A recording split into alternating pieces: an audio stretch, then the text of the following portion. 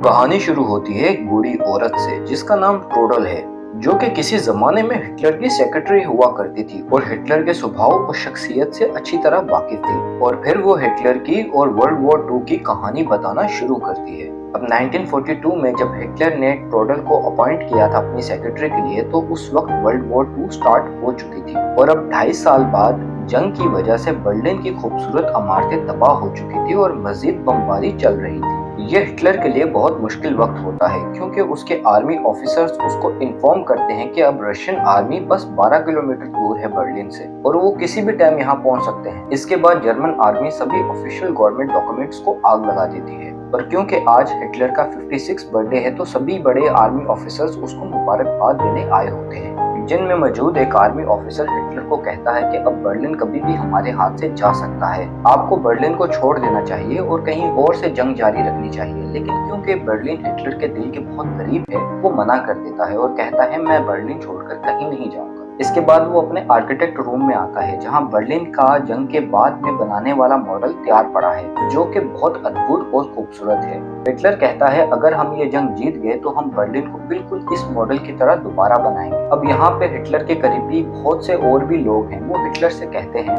बिल्कुल इस मॉडल से बर्लिन को दोबारा बना लेना जंग जीतने के बाद, लेकिन फिलहाल हालात बहुत नाजुक है, आपको बर्लिन छोड़कर कहीं और चले जाना चाहिए, यहाँ आपकी जान को खतरा है। लेकिन हिटलर कहता है अगर मेरी मौत आने वाली है तो मैं बर्लिन में ही मरना पसंद करूंगा और कहीं नहीं जाऊंगा। इसके बाद अब बर्लिन की जितनी भी आवाम है वो समझ चुकी है कि जर्मनी का इस जंग को जीतना अब नामुमकिन है। सभी बर्लिन शहर को छोड़कर जा रहे हैं, सिवाय हिटलर के डाई हार्ड फॉलोअर्स के, जो अब भी रशियन फोर्स का मुकाबला करना चाहते हैं और यही बर्लिन में रुके हुए हैं, जिनमें कुछ जर्मन फौजी और कुछ बच्चे होते हैं। फिर उनमें से एक बच्चे का बाप वहाँ आता है, जो इन्हें वहाँ से निकल जाने और अपनी जान बचाने की सलाह देता है और कहता है तुम मुट्ठी भरे 10-20 बच्चे कैसे मुकाबला करोगे रशियन टैंक्स का। फिर एक फौजी उसे जवाब देता है कि 2 टैंक तो आपका बेटा ही उड़ा देगा, जिसके बाद हिटलर इसे मेडल देगा। उसका बेटा इस फौजी की बात सुनकर इस पे यकीन करता है और अपने बाप को कायर कह के वहाँ से भाग जाता है। और दूसरी तरफ हिटलर, जो एक मीटिंग में अपने सभी बड़े ऑफिसर से पूछ रहा है कि कैसे हम इस जंग को अब भी जीत सकते हैं और कैसे अपने शहर बर्लिन को बचा सकते हैं, जो कि एक बहुत मुश्किल और इम्पॉसिबल टास्क है हिटलर के फौजियों के लिए। पर एक ऑफिसर हिटलर से कहता है कि अमेरिकन और रशियन आर्मी बर्लिन शहर के बहुत करीब आ चुकी है, हमारी आर्मी तो आखिरी सांस तक लड़ेगी उनसे, लेकिन हमारे लिए सबसे बड़ी सरदर्दी ये है कि अभी भी शहर में 30 लाख के करीब लोग हैं, जिनमें सबसे ज्यादा औरतें और बच्चे हैं और हम यही सोच रहे हैं कि हम उनको कैसे बचाएं। पहले हिटलर कहता है जंग में सिर्फ फौजी होते हैं, ना कोई बच्चे होते हैं और ना कोई औरत, हमें उन लोगों की परवाह किए बगैर सिर्फ जंग पे फोकस करना चाहिए और दुश्मन से लड़के अपना शहर बचाना चाहिए। हिटलर अब भी बहुत परेशान है, तो वो अपने कमांडर को कहता है कि बर्लिन शहर के सारी रूट लाइंस और फैसिलिटीज को काट दो, जैसे ट्रांसपोर्ट, बिजली, पानी, राशन, सब कुछ बंद कर दो, ताकि जब अमेरिकन और रशियन आर्मी बर्लिन आए तो सरवाइव ना कर पाए। इस पे हिटलर का कमांडर कहता है कि पर ऐसा करने से हमारे अपने लोग ही मुतासिर होंगे और बड़ी तादाद में मर जाएंगे। पर हिटलर, जिसकी सुध-बुध को जंग ने पूरी तरह झगड़ा हुआ है, वो कहता है मुझे परवाह नहीं उनकी, और वैसे भी जो लोग जंग में शामिल नहीं, हमें उनको जिंदा रख के क्या मिलेगा। और दूसरी तरफ ये सब जान चुके हैं कि अमेरिकन और रशियंस को रोकना अब नामुमकिन है, क्योंकि अब वो बर्लिन में दाखिल हो चुकी हैं और जर्मन फौजियों को कुचलते हुए आगे बढ़ते जा रहे हैं। अब हिटलर दोबारा मीटिंग बुलाता है और कहता है हमें ये जंग किसी भी तरह जीतनी होगी और मैंने स्टालिन को ऑर्डर दिया है कि दुश्मन पर आर्टिलरी फायर करो और उनको तबाह कर दो। लेकिन उसी का एक कमांडर कपकपाते हुए लहजे से कहता है कि स्टालिन ने आपका ऑर्डर मानने से इनकार कर दिया है। ये सुनने की देर थी, हिटलर आग बबूला हो जाता है और कहता है मैं आज तक किसी अकेडमी नहीं गया और ना ही कोई ट्रेनिंग हासिल की, फिर भी पूरे यूरोप पे कब्जा किया है और जंग के इस नाजुक मरहले में तुम लोगों ने मुझे धोखा दिया है। अब मैं जंग में तुम लोगों को लीड नहीं करूंगा और अब हम इस जंग को हार चुके हैं, और अगर तुम लोग ये सोचते हो कि मैं डर गया हूँ और बर्लिन शहर छोड़ दूंगा तो ये सभी तुम्हारी भूल है,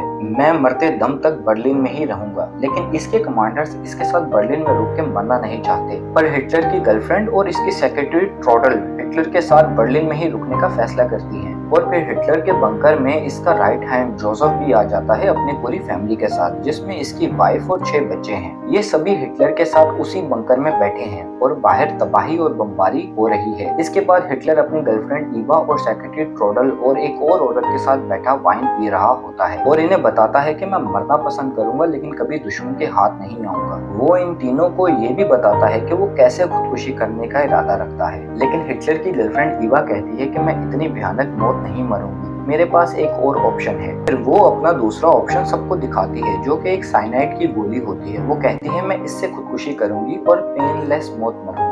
और ये सब सुनकर वहां पर बैठी एक औरत और हिटलर की सेक्रेटरी भी हिटलर से साइनाइड गोली की रिक्वेस्ट करती है। हिटलर उनको वो गोली देता है और कहता है कि इससे ज्यादा कीमती चीज तुम लोगों के लिए मेरे पास अभी और कुछ नहीं। फिर थोड़ी देर बाद हिटलर अपने सभी डॉक्यूमेंट्स को जला देता है और दूसरी तरफ ईवा अपनी बहन को एक आखिरी लेटर लिख रही है जिसमें वो उसे बता रही है अब हमारी मौत कभी भी हो सकती है और मैं तुम्हें एक बहुत बेशकीमती नेकलेस भेज रही हूँ जो मुझे हिटलर ने गिफ्ट किया था। असल में अब ये लोग अपनी हार मान चुके हैं, इन्हें पता है अब इनका बचना नामुमकिन है। फिर हिटलर को इसकी आर्मी चीफ हरमन का एक लेटर मिलता है जिसमें हरमन ने कहा है कि अब वो हिटलर से सभी पावर ले लेगा क्योंकि उसे लगता है हिटलर अब देश चलाने के लायक नहीं रहा और अगर रात 10 बजे तक हिटलर ने कोई जवाब नहीं दिया तो वो समझेगा कि हिटलर उसकी बात मान गया है। हिटलर ये खत पढ़कर बहुत गुस्से में आ जाता है। वो अपने कमांडर से कहता है ये चीफ देशद्रोही हो चुका है, मैं इसे इसकी पोस्ट से हटाने का और इसे खत्म करने का ऑर्डर देता हूँ। अब हिटलर जिसकी हालत बिगड़ती जा रही है, अब ना तो इसके हाथ ठीक से काम कर रहे हैं ना ही इसका दिमाग, क्योंकि वो अपने एयर मार्शल को कहता है कि चारों तरफ से रशियन आर्मी को घेर के एयरफोर्स से उन पे हमला कर दो और उन्हें खत्म कर दो। लेकिन दिमाग का आलम कुछ यूं है कि वो भूल चुका है कि इस जंग में उसकी एयरफोर्स खत्म हो चुकी है और अब उसका कमांडर उसे कहता है कि हम ये जंग हार चुके हैं, 2 या 3 दिन में अमेरिकन और रशियन फोर्स हिटलर तक पहुंच जाएगी। हिटलर फिर एक दफा अपने कमांडर से आखिरी दफा अमेरिकन और रशियन फोर्सेस पे हमला करने का हुक्म देता है, लेकिन इसके कमांडर इसकी बात का जवाब नहीं देते और इधर उधर देखते हैं। जवाब दें तो अब क्या दें और हमला करें तो कैसे करें, क्योंकि हिटलर की सारी फोर्स तकरीबन खत्म हो चुकी है और जो बचे हुए हैं इनमें ज्यादातर तो सिविलियन हैं। हिटलर भी अब समझ चुका है कि अंत अब करीब है। तभी वो अपने एक सिपाही को कहता है मैं और मेरी गर्लफ्रेंड ईवा बहुत जल्द खुदकुशी करने वाले हैं, लेकिन मैं चाहता हूँ कि हमारी डेड बॉडीज दुश्मन के हाथ ना लगे, इसलिए मैं तुम्हें एक काम दे रहा हूँ कि जब हम मर जाएं तो हमारी बॉडीज को आग लगा देना। लेकिन इसका सिपाही ऐसा नहीं करना चाहता, लेकिन उसके सामने हिटलर का रुतबा इतना बड़ा है कि वो उसे मना नहीं कर पाता, ना ही कुछ कह पाता है। वो बस हाँ में सर हिला देता है। इसके बाद हिटलर अपने डॉक्टर से मिलता है और उसे बताता है कि वो अपने आप को गोली मारकर मारना चाहता है, लेकिन उसका डॉक्टर कहता है तुम्हारे हाथ बहुत ज्यादा हिलते हैं, ऐसा ना हो कि तुम अपने आप को गोली भी मार लो और मरो भी ना, इसलिए मैं तुम्हें कहता हूँ कि पहले तुम साइनाइड की गोली खाओ और फिर अपने आप को शूट करो ताकि तुम्हारे बचने का 0% चांस हो। हिटलर अपने डॉक्टर की सलाह मान लेता है। इसके बाद सबसे पहले हिटलर साइनाइड अपने डॉग ब्लोंडी को देता है क्योंकि ये हिटलर का सबसे प्यारा डॉग था और वो नहीं चाहता था कि ब्लोंडी उसके बगैर इस दुनिया में रहे। इसके बाद हिटलर अपने प्यारों के साथ आखिरी दफा डिनर करता है, लेकिन अब हिटलर की हालत इतनी बिगड़ चुकी है कि उससे खाना भी नहीं खाया जाता। वो बस आधी प्लेट ही खाकर उड़ जाता है पर उससे चला भी नहीं जा रहा होता। खैर वो सबको कहता है कि हमारा साथ यहीं तक था। इसके बाद वो सबको मिलता है और साइनाइड की गोली देता है। वो किसी पे दबाव नहीं डालता, बस कहता है कि अगर जरूरत महसूस हो तो खा लेना। इसके बाद वो अपनी गर्लफ्रेंड ईवा से शादी के डॉक्यूमेंट पे साइन कर लेता है क्योंकि ईवा की ख्वाहिश थी कि वो हिटलर की बीवी बनकर इस दुनिया से रुखसत होगी। इसके बाद ये दोनों एक कमरे में चले जाते हैं। बाहर खड़े इसके सिपाही जान चुके हैं कि ये रात हिटलर की आखिरी रात है और वो बस वेट कर रहे होते हैं उस लम्हे का। तभी एक गोली चलने की आवाज आती है तो ये सभी समझ जाते हैं कि हिटलर अब इस दुनिया में नहीं रहा। हिटलर ने खुद को मुंह में गोली मारकर खुदकुशी कर ली और ईवा ने साइनाइड गोली खाकर। इसके बाद जैसा हिटलर ने अपने सिपाही को ऑर्डर दिया था वो सिपाही वही करता है। वो इन दोनों की बॉडीज को ऊपर ले जाता है और एक खड्डे में डालकर आग लगा देता है। हिटलर के कमांडर्स एक लास्ट दफा हाइल हिटलर बोलते हुए उसे सल्यूट करते हैं। हिटलर के मर जाने के बाद जर्मन फौज के high rank officers Russian army के जनरल से मिलते हैं और सरेंडर करना चाहते हैं, लेकिन रशियन जनरल्स की कुछ डिमांड होती है सरेंडर डॉक्यूमेंट पे साइन करने की। लेकिन फिलहाल जर्मन फौज इन डिमांड्स को नहीं मानती, जिसकी वजह से जंग अब भी नहीं रुकती। इसके बाद हिटलर का सबसे भरोसे वाला आदमी, जिसका नाम जोसेफ था, जो अपनी पूरी फैमिली के साथ हिटलर के बंकर में मौजूद है, वो कहता है मैं जंगबंदी नहीं करूंगा। हिटलर कभी भी सरेंडर नहीं करना चाहता था, लेकिन जनरल फौज के कमांडर्स उसको कहते हैं अब हम जंग वैसे भी हार चुके हैं और अगर हमने अब भी सरेंडर नहीं किया और रशियन की डिमांड्स को नहीं माना तो जंग तो वैसे भी हम हार चुके हैं, अपनी जानों से भी हाथ धोना पड़ेगा।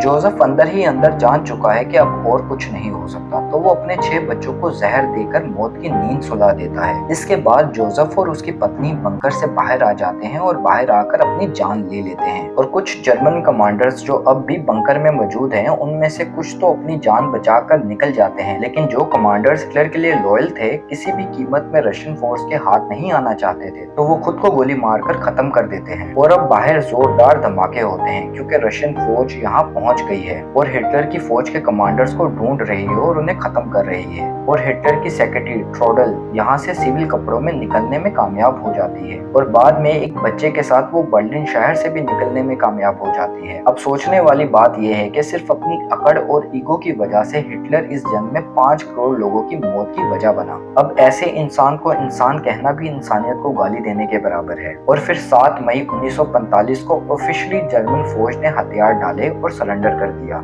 और बाद में ट्रोडल कहती है वो आज भी उस जंग के सदमे से नहीं निकल पाई। उसने अपनी आंखों से लाखों लोगों को मरते देखा, जिनमें 60 लाख जूस भी थे, जिनको कंसंट्रेशन कैंप में बिला वजह मार दिया गया। और ये कहानी, जो कि हिटलर की आखिरी लम्हात की सच्ची कहानी थी, यहाँ खत्म हो जाती है। Thanks for watching.